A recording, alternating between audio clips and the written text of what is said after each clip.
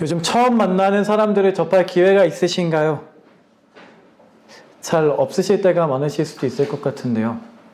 누군가 처음 보는 사람에게 여러분이 어떤 사람인지, 여러분의 성향, 성격을 표현하신다면 어떤 단어로 여러분을 표현하시겠습니까? 저는 스스로를 이렇게 표현했던 일이 있습니다. 저는 말이 적은 편의 사람이에요. 저는 말이 적은 사람이에요. 라고 말이에요. 그걸 좀 고급스럽게 표현하려고 이렇게 말했죠. 저는 과묵한 사람이에요. 라고 말이에요. 그런데 제가 이렇게 스스로를 표현하면 절대로 안 믿어주는 사람이 한 사람이 있어요. 그 사람이 제 아내입니다. 아내는 처음 만난 날부터 말이 많이 없었거든요. 그래서 상대가 말이 많이 없으니까 제가 말을 많이 했죠. 그날부터 아내를 만날 때마다 말을 많이 하니까 제가 말이 적은 게 상상이 안 된다고, 저는 과묵한 사람이 아니라고 그렇게 표현하더라고요. 여러분들은 어떤 말로 여러분들이 표현하시겠습니까?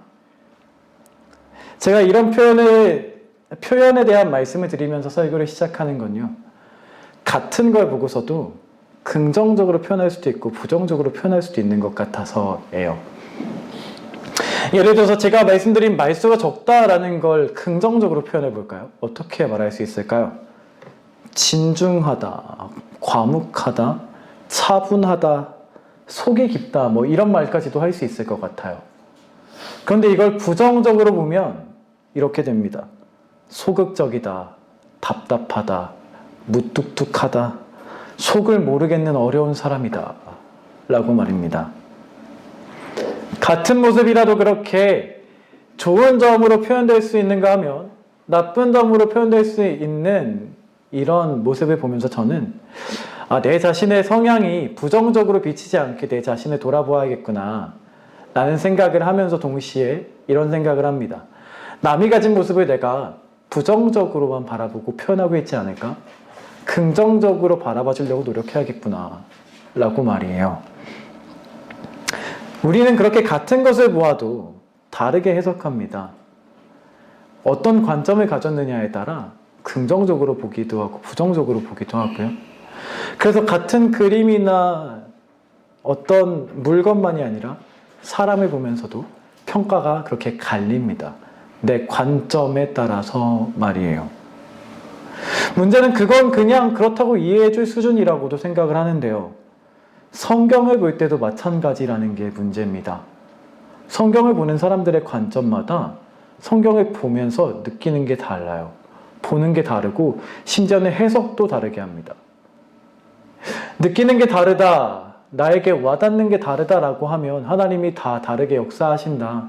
그래서 서로의 그 느끼게 하시고 깨닫게 하신 것이 서로가 나눌 때 또 풍성해진다. 뭐 이런 것을 이야기할 수도 있는데요. 문제는 그 잘못된 관점을 가지고 잘못 해석해서 아예 다른 뜻으로 말할 때가 문제예요. 그런 사람들 중에 대표적인 사람들이 이단이죠. 며칠 전에 교회 이름으로 소포 같은 편지가 하나 왔는데 제목이 이거예요. 책이 하나 왔습니다. 한국교회는 회개하고 재림예수를 영접하라. 재림예수교회에서 정문교회에 하사해 주신 책이 있는데요. 자, 여러분들 이분이 재림예수님이라 말씀하시니 이제 영접하시면 되세요. 누군지도 모르겠는데요. 이단들도 성경을 근거로 말합니다. 성경을 근거로 가지고 성경의 자기 관점을 가지고 나와서 얘기해요. 그래서 속는 거죠.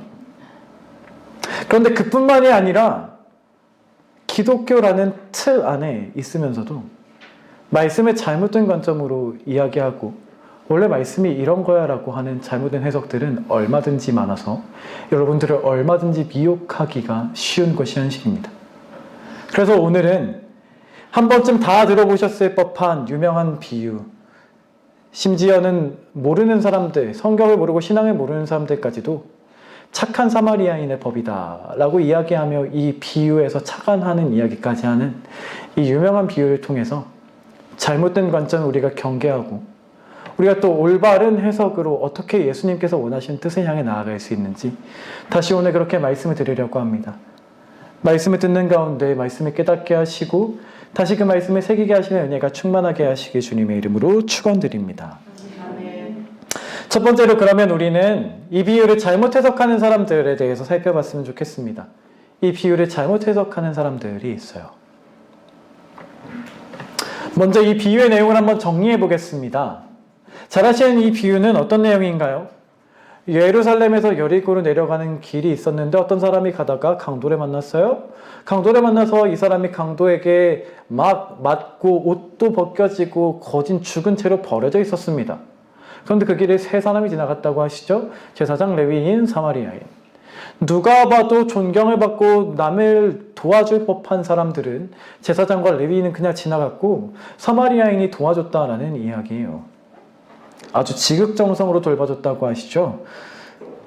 이 말씀을 통해 예수님은 누가 강도 만난 자의 이웃이냐 라는 것을 물으십니다. 누가 내 이웃입니까? 라는 이야기로 그 질문으로 시작한 이야기를 그럼 누가 이 사람의 이웃이겠느냐 물으시니 그 질문했던 사람이 대답하죠. 자비를 베푼 사람입니다. 그랬더니 너도 사마리아인처럼 자비를 베풀어주는 사람이 되라.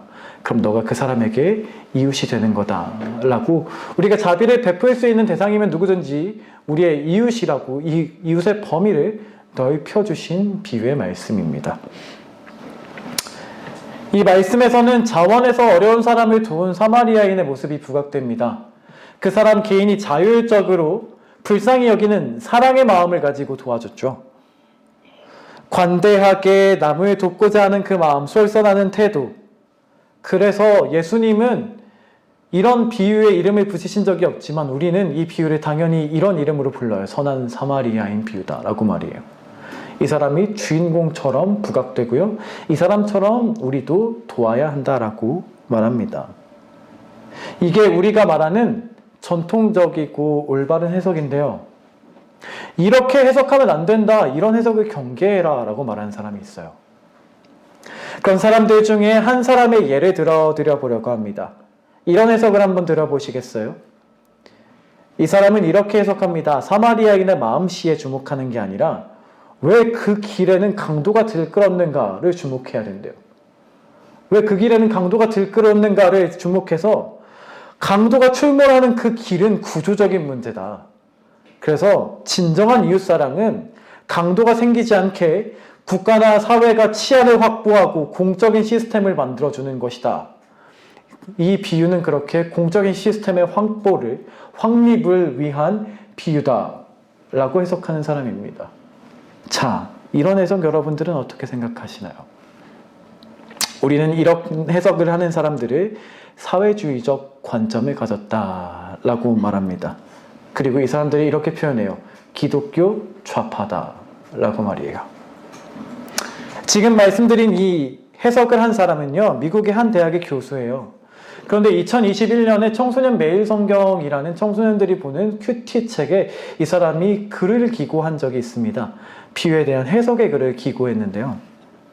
여러분들이 잘 아시는 비유를 해석했어요. 달란트 비유 잘 알고 계시죠? 5달란트, 2달란트, 1달란트를 받았는데 5달란트, 2달란트를 받은 사람들은 충성되다 평가받았고요. 1달란트 받은 사람은 그냥 묻어두었었기 때문에 악하고 게으르다라고 평가받았습니다. 그런데 이 비유를 그렇게 해석하면 안 된대요. 그리고 이렇게 해석합니다. 사실 1달란트 받은 종은 부당함에 맞선 당당한 의리인지도 모른다. 1달란트 받은 사람은 주인이 부당하게 이윤을 남기는 사람이라고 생각했기 때문에 그 부당한 이윤을 남겨주기를 거부함으로써 시스템의 부조리에 저항한 것이다 라고 말이에요. 이런 해석은 어떻게 생각하세요? 이 해석은 큰 논란을 불러왔어요. 성경의 본의를 왜곡하고 마르크스주의적인 관점과 계급론적 관점으로 해석했다 라는 항의를 받고 이 사람은 더 이상 그 매일 성경이라는 큐티책에 자신의 글을 기재하지 못하게 되었습니다. 그런데 우리는 알아야 합니다. 우리가 올바른 해석이라고 배우는 성경의 해석들 말고도 이상한 해석을 가지고 성경을 근거까지 해서 이게 맞아 라고 하는 이야기들이 쏟아진다는 사실을 말이에요.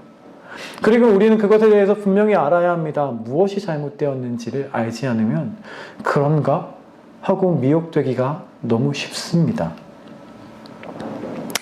특별히 그래서 우리는 오늘 한 부류의 사람들에 조금 더 집중해 보려고 합니다. 제가 말씀드린 대로 사회주의적인 관점으로 해석하는 사람들이에요. 성경을 사회적인 관점으로 해석하는 이 사람들은 이렇게까지 말하거든요. 성경을 가지고 자신들의 주장을 할 뿐만 아니라 예수는 진정한 사회주의자였다라고 말하기까지 하거든요. 예수님은 사회주의자라고 평가할 수 있는 분일까요? 예수님이 말씀하신 것은 그들의 주장과 합치할까요?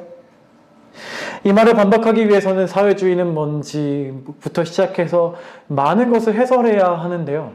그래도 이 시간에 말씀드린 김에 조금만 간략하게 무엇이 그들의 주장에 잘못된 것인지를 짚고 넘어감으로 우리가 잘못된 해석들에 빠지지 않고 그들의 말에 현혹되기보다 그들을 오히려 제대로 말씀해 가지고 반박해 줄 수 있는 지혜가 있었으면 좋겠습니다. 먼저 사회주의라는 것에 대해 잠깐만 한번 정의해 볼게요. 사회주의, 여러분들은 사회주의가 뭐라고 생각하세요? 사회주의라는 것에 대해서는 사람들이 자꾸 이렇게 이미지를 씌웁니다. 선한 이미지를. 약자를 도와주려는 거야. 약자를 위한 시스템을 만드는 거야. 라는 프레임을 만드는데요. 사회주의에 대해서 조금 한번 생각해 볼게요. 사전적인 정의는 이런 거예요. 사전적인 정의 한번 읽어드려 볼게요.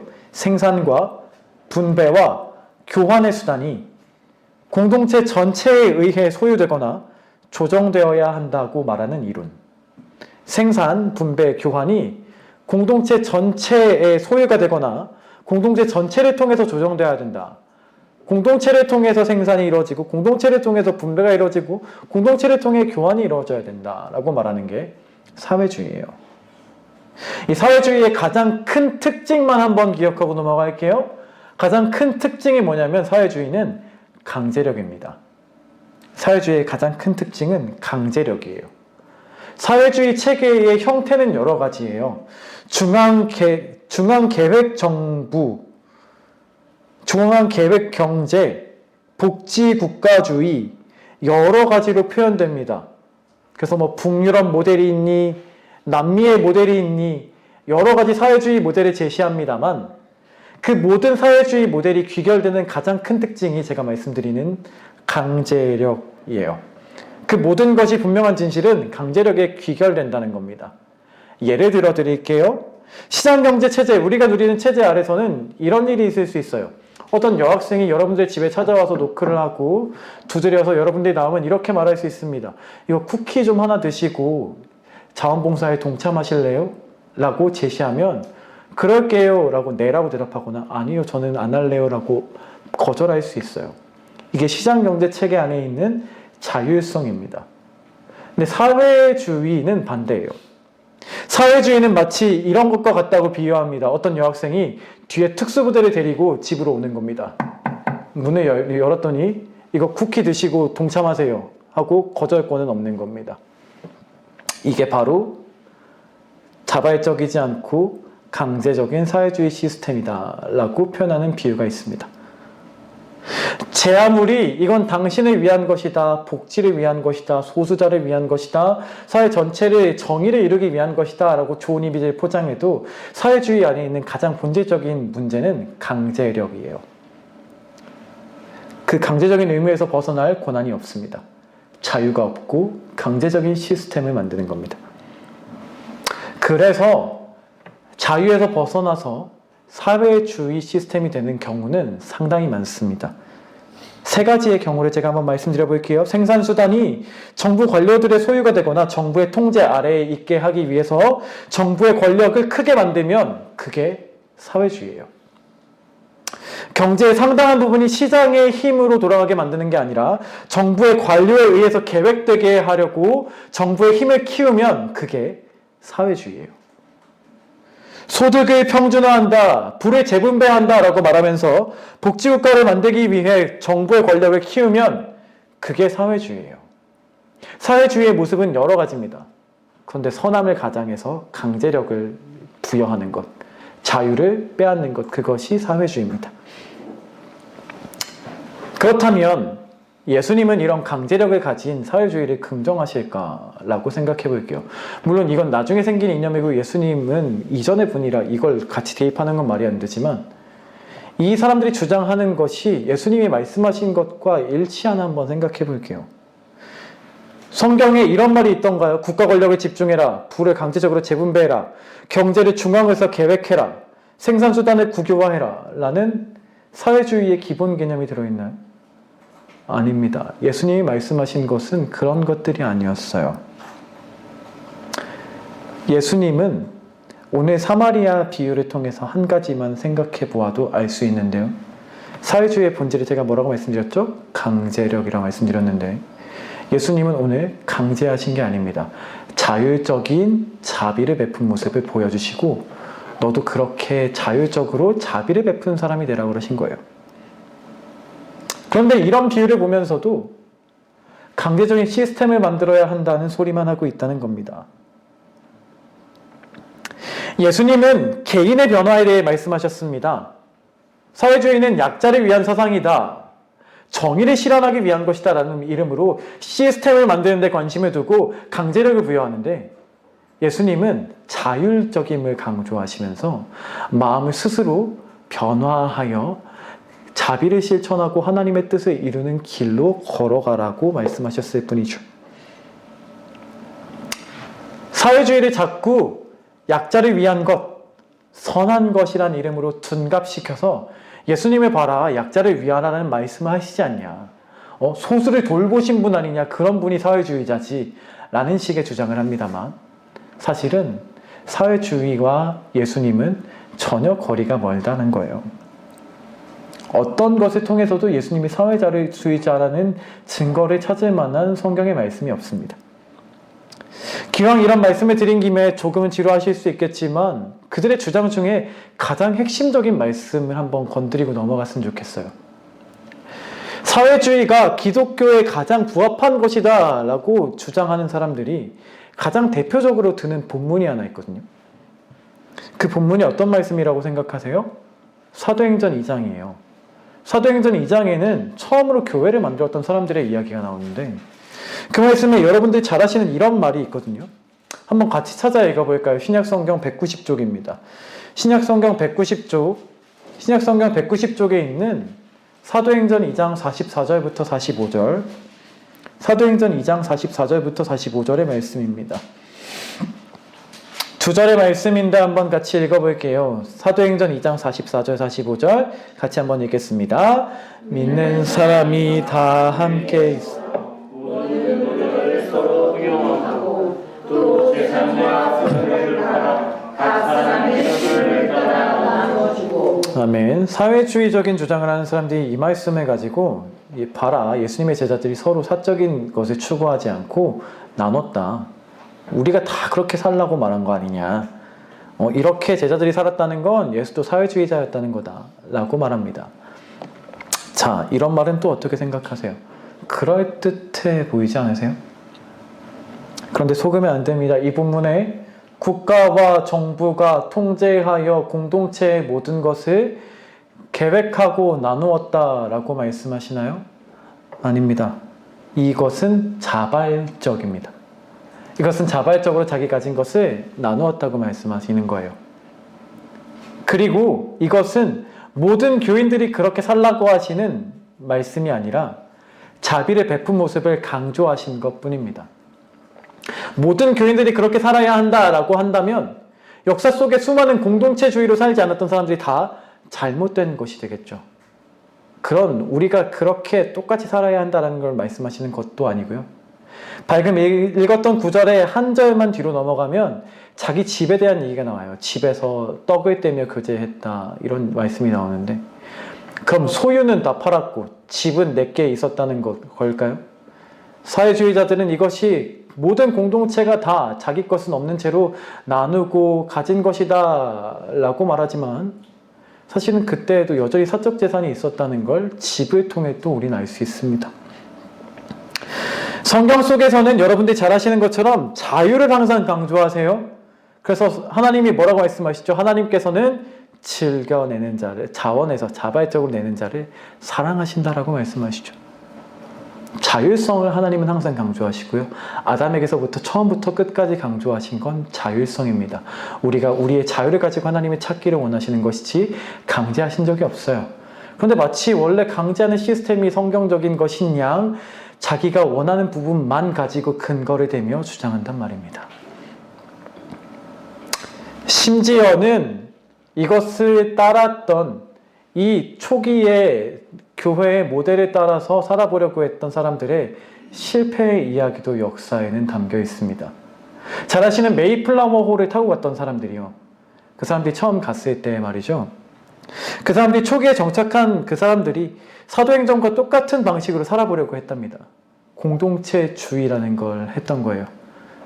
그래서 같이 일해서 같이 땅을 소유하고 같이 창고로 가지고 와서 똑같이 분배했대요.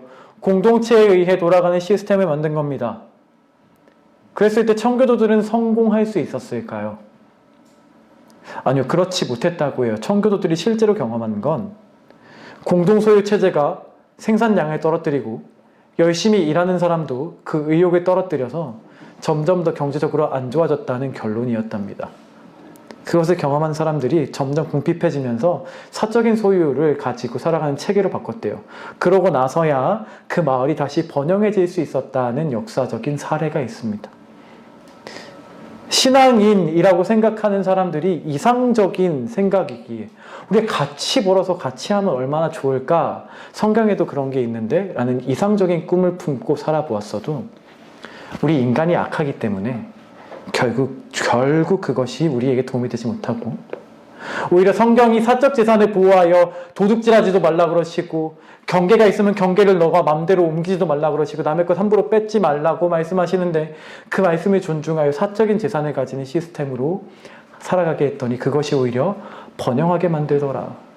인간의 생각으로는 이상적인 생각 하나만 가지고 따르면 무언가 될 것 같지만 내 생각을 가지고 만드는 거기에 유토피아가 찾아오는 게 아니라 성경의 원리가 정말 무엇인가를 가지고 살아갈 때 하나님이 주시는 부와 행복이 있게 되는 것입니다. 사랑하는 성도 여러분, 그래서 오늘 설교 시간에 굳이 이런 말씀까지 드렸는데요. 엉뚱한 말씀을 가지고 자기 주장하는 사람들에게 우리가 현혹되고 미혹되지 않기를 간절히 소원합니다. 많은 사람들이 진리를 왜곡하는 시대입니다. 심지어는 말씀을 가지고 들먹이는 그 말에 말씀이 있다는 이유로 속아서 안 됩니다. 선과 올바름을 가장한 잘못된 주장에 속지 않고 진리의 길에 올바르게 걸어갈 수 있는 하나님의 사람 다 되게 하시기를 주님의 이름으로 축원드립니다. 아멘. 그러면 두 번째로요. 그럼 이제 선한 사마리아인의 비유를 통해 예수님이 말씀하시는 진짜 의미를 한번 찾아볼게요. 선한 사마리아인의 비유를 통해 예수님은 무엇을 말씀하고 싶으셨던 걸까요? 물론 사실 우리는 이미 이 비유의 의미에 대해서 살펴봤어요. 앞에 제가 다시 정리해드렸던 것을 반복하자면 어떤 율법사가 질문한 겁니다. 이웃을 내 몸처럼 사랑하라고 하셨는데 이웃은 누구인가요? 라고 물었더니 이 비유를 들려주시면서 너가 옆에 있는 사람, 주변에 있는 사람 정도가 아니라 너가 자비를 베풀 수 있는 사람이라면 그 모든 사람이 너의 이웃이다. 그 모든 사람에게 찾아가서 사랑을 베풀고 자비를 베풀므로 너가 그 사람들의 이웃이 되어 주어라. 이것이 하나님이 원하시는 사랑이다. 라고 가르치신 겁니다. 그래서 이 비유는 단순히 이웃의 개념을 정의하곤 하는 우리들에게 그 이웃을 훨씬 더 포괄적으로 말씀해 주시면서 이웃사랑의 의미를 완성해서 해석해 주신 말씀이죠. 우리가 이 말씀을 듣고 이렇게만 적용해도 충분히 좋습니다. 아, 내가 더 이웃을 사랑해야지. 내가 도움이 필요한 사람을 내가 외면하는 일은 없었나?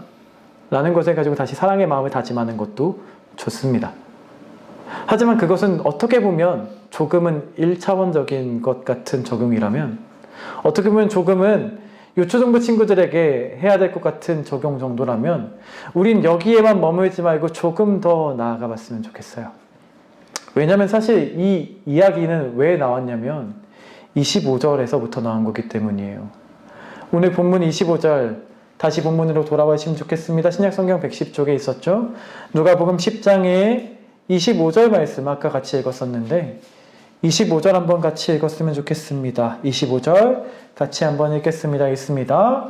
어떤 율법사가 일어나 예수를 시험하여 가로되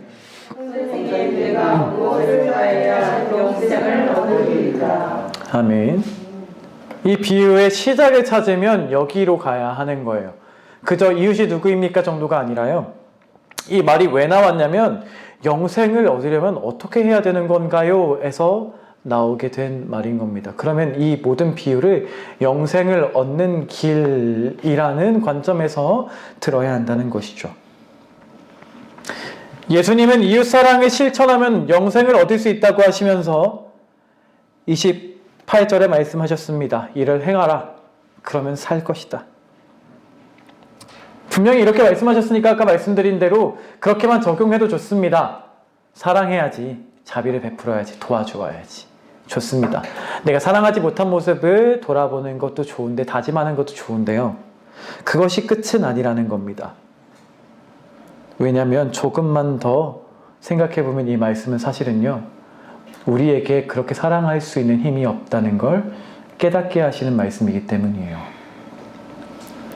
율법은 실천할 수만 있다면, 온전히 행하기만 한다면 구원을 얻게 하신 법입니다. 그런데 성경은 뭐라고 말씀하시나요? 율법을 온전히 행할 수 있는 사람이 있다고요? 없다고요? 없다고요. 아무도 하나님의 뜻에 온전히 부합하게 행할 수 있는 사람이 없어서 예수님이 오셔서 온전한 순종을 대신하셨습니다. 그런 예수님은 오늘 비유를 통해서도 우리에게 온전히 순종할 힘이 없음을 가르치고자 하셨던 것이다 라고 그 예수님의 뜻을 더 확대해서 해석할 수 있다는 것에 주목하려는 겁니다. 그래서 오늘 비유의 주인공이 사마리아인인 겁니다. 하필 사마리아인인 거예요. 익히 들어 잘 알고 계시는 것처럼 유대인과 사마리아인은 앙숙이었죠. 원수였습니다. 유대인들이 사마리아인들은 짐승만도 못한 존재로 취급했다. 뭐 이런 이야기는 잘 들어보신 적 있으실 텐데요. 그들이 얼마나 앙숙으로 있었는지 구체적인 사례를 한번 들어드려 볼까요? AD 6년에서 한 9년 사이에 있었던 일이래요. 정확한 연도는 모르는데 예수님의 어린 시절 때의 이야기가 되겠죠. 그때에 유대인들의 가장 큰 명절인 유월절이었답니다. 유월절이면 어떻게 하죠? 사람들이 그곳으로 모여서 성전에서 행사를 하죠. 절기를 지키기 위한 행사를 합니다. 그런데 이날 전날 밤에, 유월절 밤에 몇몇 사마리아인이 예루살렘 성전에 침입했대요. 침입해서는 죽은 사람들의 뼈를 가지고 와서 막 성전에 뼈를 뿌렸답니다. 성전에 뼈를 뿌리면 어떻게 될까요? 그 당시에 정결법을 기억하시나요? 죽은 사람의 시체만 만져도 부정해집니다. 뼈를 만지면 부정해지고요. 뼈가 닿은 곳은 부정해집니다. 그런데 어디다가 뼈를 뿌렸다고요? 성전에요. 성전에 뼈를 뿌려서 다음 날이 6월절인데 6월절 행사를 못하게 다 부정하게 만들어버린 거예요. 이런 나쁜 놈들이 사마리아인들입니다. AD 52년경 예수님이 모든 것을 마치시고 이제 사도들이 활동하던 시대겠죠. AD 52년경에는 이런 일이 있었대요. 갈릴리 지방이 북부기 때문에 예루살렘으로 오려면 지나가오는 동안 사마리아인들의 지역을 지날 수밖에 없게 됩니다. 이때에도 명절이었어요. 명절날 순례객들 여럿이 사마리아인의 지방을 지나는데 이유 없이 집단 구타와 폭력을 당했대요. 아무 이유 없이요. 그래서 몇 명이 죽는 일이 생겼답니다. 그 일 때문에 양쪽에서 무력 충돌하는 일이 생겨서 로마가 중재하는 일이 생겼답니다. 이게 유대인과 사마리아인의 관계예요. 저 내 형제를 죽인 놈들, 저 율법도 못 지키게 하는, 어떻게 성전에 그런 짓을 할 수 있어? 저 개념 없는 놈들이 사마리아인입니다. 언제 싸워도 이상하지 않고 용서할 수 없는 놈들인데요. 예수님이 그 놈들을 말씀하시는 겁니다. 그 사마리아인이 형제를 도왔대요. 제사장도 안 도왔고 레위인도 안 도왔는데 그 원수 같은 놈들이, 그 원수 같은 사람이 우리 형제를 도왔대요. 이게 말이 되나? 그 놈들은 그런 놈들이 아닌데 라는 생각이 들기 때문에 이 본문에서는 37절에 자비를 베푼 자니이다 라고 얘기한 게 사마리아인이 그랬습니다 라는 말을 차마 할 수가 없어서 돌려 말한 거라고까지 해석해요. 사마리아인이 그럼 자비를 베풀었습니다 라고 인정하기도 싫었던 거예요. 그런데 그 사람들이 그런 것처럼 너도 그렇게 사랑해라 라는 말씀을 들려주신 게 오늘 사마리아인의 비유인 겁니다. 그러니까 오늘 사마리아인의 비유는요, 선한 사마리아인의 비유는 이렇게 말씀하시는 겁니다.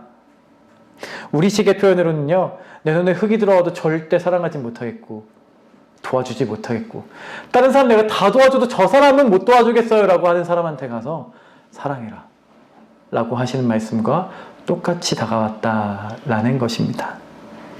내 안에 있는 사랑으로는 품을 수 없고 내 생각으로는 어떤 저런 개념 없는 놈이 있나 싶은 사람을 사랑하라고 말씀하신 말씀이 되는 거예요. 그래서 이 말씀은 단순히 그래 나도 사랑해야지 라고 다짐하는 것에서 그치는 게 아니라요, 오히려 항복하게 하시는 말씀이 되는 겁니다. 예수님, 저는 그런 사람은 못하겠어요. 예수님, 저는 그 사람은 못 도와주겠는데 그 사람 말고 딴 사람 도와주면 안 될까요? 전 그 사람은 못하겠어요. 오히려 항복을 받아내시는 것 같은 말씀인 겁니다. 그래서 그 말씀 앞에서 나의 행함 정도로는, 나의 율법을 행하는 정도로는 구원에 이를 수가 없구나 라는 것을 깨닫게 하시는 말씀이 된 겁니다. 율법을 지키면 어떻게 하면 영생을 얻을 수 있겠습니까? 라고 왔던 사람에게 너의 율법을 지키는 정도의 수준으로는 율법의 의를 충족할 수 없으며 너는 그래서 너의 행동으로 구원에 이를 수 없다. 넌 이런 사람도 사랑할 수 있겠냐? 라고 물으심으로 항복하게 하신 것입니다. 말씀에 맺어봅니다, 여러분. 그래서 오늘 영생을 얻는 길이라는 말씀을 통해 다시 말씀 앞에 서서 우리가 함께 인정하기 원합니다. 여러분, 우리에게는 영생을 얻을 만큼 충분히 의로운 행동을 할 수 있는 힘이 없습니다. 이웃을 사랑하라고 하셔도요, 이웃을 하나님께서 원하시는 만큼 사랑할 수 있는 힘이 없습니다. 배우자도 왜 저러는지 모르겠고, 형제도 왜 저러는지 모르겠고 이해가 안 된다. 친구도 왜 저러는지 모르겠고 이해가 안 된다는 우리들에게 너가 절대로 받아들이지 못할 만한 사람을 사랑하라고 하시는 그 말씀 앞에서 우리는 항복해야 하는 것입니다. 그래서 영생을 얻는 길은 예수님 앞에 항복하는 길입니다. 예수님, 저런 사람은 못 사랑하겠어요. 예수님 사랑하라고 말씀하셨는데 저런 사람은 못 사랑하겠고, 도와주라고 말씀하셨는데 저런 사람은 못 도와주겠어요. 저 사람 말고 딴 사람 사랑하라고 하시면 제가 사랑할게요 라고 하는 항복의 자리로 부르신 말씀인 겁니다. 그래서 이 항복은 항복으로 끝이 나는 것이 아니라 매달림으로 끝이 나는 겁니다. 저는 못하니까 저에게 사랑해 주세요 라고 말입니다. 저의 마음으로는 도저히 사랑 못하겠으니까 저에게 사랑을 좀 허락해 주세요. 저는 저 사람 도울 마음이 조금도 생기지 않으니까 저에게 도울 마음 좀 허락해 주세요. 그렇게 내가 할 수 없음을 고백함으로 도와달라 말할 때, 그 사랑을 부어달라 말할 때, 그때에만 그분이 허락하시는 사랑으로, 그분이 허락하시는 자비의 마음으로 이 율법을 실천할 수 있음을 깨닫게 되는 것, 그것이 영생을 얻는 길입니다. 그래서 영생을 얻는 길은 저는 못합니다 라고 고백해서 매달리는 길이고요, 매달렸었기 때문에 하게 하셨을지라도 내가 한 게 아닙니다 라고 밖에 고백할 수 없게 되는 길입니다. 그래서 예수님이 주신 사랑으로 사랑을 실천하게 된 사람은 내가 이런 일을 했다고 자랑하게 되지 않습니다. 나는 할 수 없다는 걸 이미 경험했기 때문이에요. 내 한계를 이미 그 앞에서 맛봤기 때문입니다. 그 한계를 뛰어넘게 하시는 하나님이 부어주시는 그 사랑의 역사를 맛보게 되는 것일 뿐이기 때문입니다. 사랑하는 성도 여러분, 말씀을 통해 오늘 예수님은 우리가 다시 사랑의 길을 걸어가기를 원하십니다. 하나님을 사랑하는 것, 그것은 어떤 면에서 쉬워 보입니다. 우리 더 열심히 하려고 항상 노력하잖아요. 말씀 더 잘 들어보려고 노력하고요, 더 잘 실천해 보려고 노력합니다. 그런데 그것까지는 쉬운데 오히려 훨씬 더 어려운 게 이웃을 사랑하는 일이에요. 여러분에게는 얼마나 사랑의 마음이 있으십니까? 여러분, 그 사랑의 길을 내 힘으로 걸어갈 수 없다 다시 고백하고 항복함으로 그 길을 걸어나갈 수 있는 우리가 되기를 원합니다. 아멘. 정말 신비하게도 감당할 수 있는 만큼만 시험을 허락하신다 하신 하나님은 매번 감당할 수 없는 것 같은 사람을 만나게 하시는 것 같기도 합니다.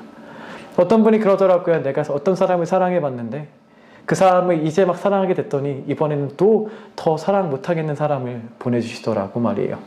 어떤 한 선교사님의 고백이었어요. 그런 것 같아요. 하나님은 우리를 계속해서 사랑의 자리를 부르시는데 너가 사랑할 수 없는 거라고 가르치시는 겁니다. 하지만 내가 할 수는 없지만 하게 하심에 따라 사랑의 길을 걸어갈 수 있는 우리가 되기를 원합니다. 우리는 항복하는 겁니다. 영생으로 향하는 길은 내가 이걸 할 수 있습니다. 내가 하겠습니다가 아니라 내가 이제 이렇게 해봐야지가 아니라 하나님 저 못합니다 라고 항복하는 길입니다. 그 사랑만을 구하고 붙들고 매달리는 길입니다. 그 사람에게 오늘도 사랑을 부어주기 원하십니다. 오늘도 그렇게 매달릴 수 있는 사람이 되기를 원합니다. 오늘도 나에게 사랑이 없다고 인정하며 항복할 수 있는 사람이 되기를 원합니다. 그런 가운데 예수님께서 원하시는 그 이웃사랑의 길을 걸어가며 영생을 얻는 그 길로 걸어갈 수 있는 그 좁은 길이라도 그 부어주시는 힘과 사랑을 가지고 힘있게 기쁘게 실천하며 걸어나갈 수 있는 하나님의 사람이 다 되셨으면 좋겠습니다. 그렇게 우리 안에 하나님의 사랑을 부어달라고 기도하는 마음으로 잘하시는 찬양하고 마칠 건데요.